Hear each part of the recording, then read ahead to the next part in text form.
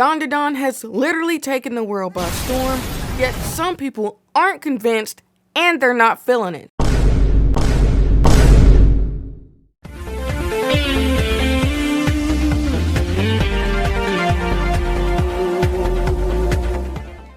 Dandadan has taken the world by storm, but not without a few critics. In today's review, we're basically going to get into the good, the bad, and the ugly.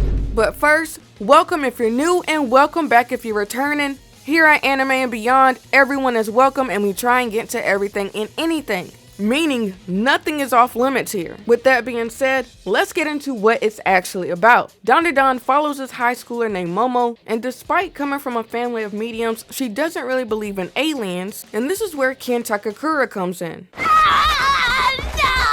Also known as Okuran. While Momo believes in ghosts but not aliens, Ken believes in aliens but not ghosts. Anyway, they both make an attempt to prove that what they believe in is very real. I dare you to go to someplace haunted, and the deal is if you end up seeing a ghost, you have to be my gopher. Only if you go with his UAPs, and if you see an alien, then you have to admit they're real and be my gopher!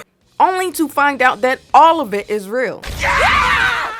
Throughout this, Momo awakens a hidden power, while Ken gains the power of a curse, and from that point onwards, they're pretty much inseparable, as well as on a journey to find his Now to me, besides the fact that this anime was trending like crazy on TikTok, there were two things that drew me into this anime. The first thing that drew me in was the fact that I got Mob Psycho-like vibes from this anime. And if you haven't heard of Mob Psycho 100, definitely check it out because you won't regret it.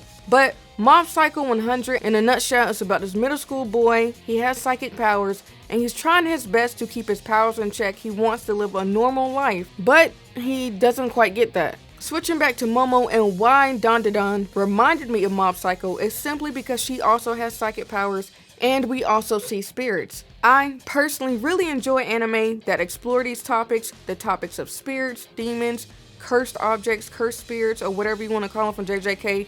I tend to really enjoy anime like that, and Dandadan is really no different for me in that aspect. The second thing that drew me in, or more so kept me enjoying this series, is the fact that this is not your typical shonen.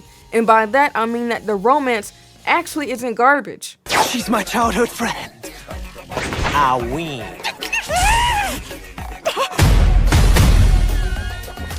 I won! What? How come? What, you got the top childhood friend, huh? When it comes to shonen anime, we notoriously hear how they will neglect the romance side of things to focus more on the other parts of the story, the main character, and yada yada yada. And basically, what makes Dandadan stand out so much is the fact that it does not follow this shonen trope. Not taking the time to make sure your MC has a decent love story at bare minimum is just pure laziness to me, and I've never understood that. Okay, now let's start getting into the good. I love that this anime had darker aspects to it. We saw this firsthand with the backstory of acrobatic Silky.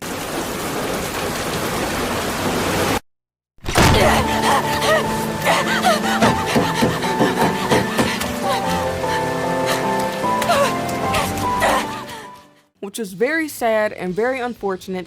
And then we saw this again with Jiji when he mentioned that he was having exorcists come over to purge his house and they were offing themselves. For the longest, there has been this scrutiny that just because an anime has dark aspects or things about it that is dark doesn't automatically make it a good anime. And while I can understand that point and where they're coming from, we cannot deny that darker aspects, they are capable of providing certain characters depth and development, and it can be overall realistic. Maybe not to the extreme that we see in anime, but dark things happen to people every day, and that's partly why I do like seeing an anime, because it is realistic to an extent. Next thing that was pretty good about Dandadan is the balance between shonen and romance. I touched on it a little bit earlier, commending the romance within this shonen anime, because usually the shonen trope is that romance is neglected to focus on other parts of the story. The balance shown in this anime is impeccable, and more importantly, shows that it is possible. We have a balance between the romance, a balance between the fighting, balance between seeing characters grow. It's just an overall nice blend of all the aspects I would love to see in a shonen anime, plus the romance. Another shonen trope that kind of bothers me is how they make the guy completely oblivious to how feelings work, to how love work, and that's just completely outdated. I'm glad we didn't see that in this anime, but there is a little bit of a cliche with the love matchups. We have Aira liking Ken, Ken liking Momo, Jiji liking Momo, and Momo liking Ken. And regarding Jiji, who's apparently a childhood friend of Momo and clearly likes Momo, he actually reminds me of a more tame version of Sanji, if that's even possible. In regards to Aira, at first I didn't like her because she just seemed like the typical mean girl, but I love how she evolved past that and even became one of them.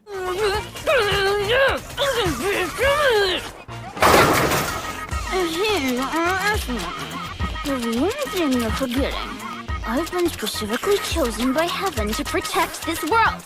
As well as someone that can even help them out in combat if needed, which leads me to my next good thing that I really enjoyed about this series. I really like the creativity behind the power system, and while I'm still trying to understand the power system, or I guess their powers and how they vary from person to person, it's pretty cool how Momo has her own little powers, like she has these psychic powers, and then Aira and Ken, I guess they get sort of possessed in order to use their powers, so they have a little bit of Granny Turbo's and Acrobatic Silky's aura, and that allows them to use their powers. I just wish they would have went a little bit more in detail or depth with that because I'm still trying to understand that, but maybe that's something that will come with season 2. As for the bad, I really don't see anything bad with Dandadan just yet. I mean, that could definitely change with the later seasons to come, or if something comes to mind, maybe I can expound on that a little bit more or do a separate video if it's worth it. But overall, I don't see anything bad with Dandadan personally. Though I will say it would be nice if they showed us why Momo's grandma went from this to this. It just seems like a drastic transformation, but maybe I'm missing something. Either way, that would be my only critique at this time. As for the ugly,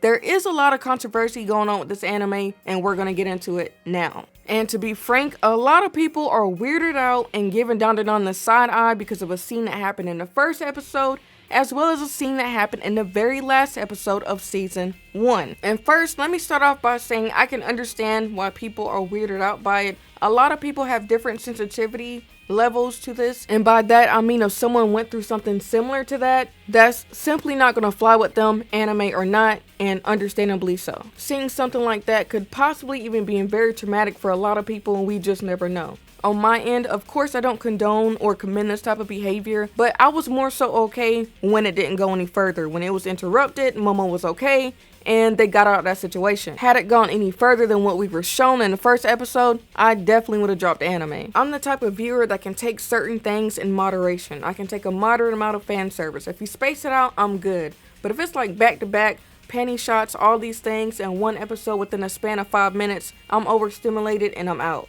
Anyway, I want you to take a look at some of the things people were saying about Dandadan online.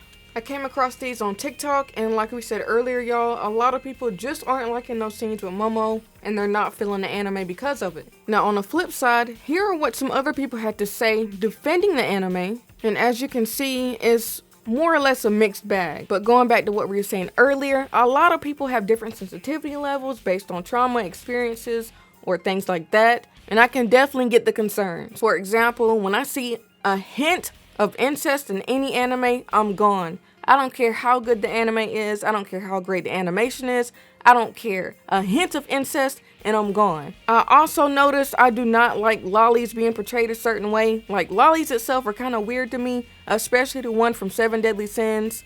But if they're like Beatrice or someone from ReZero, I can kind of tolerate it.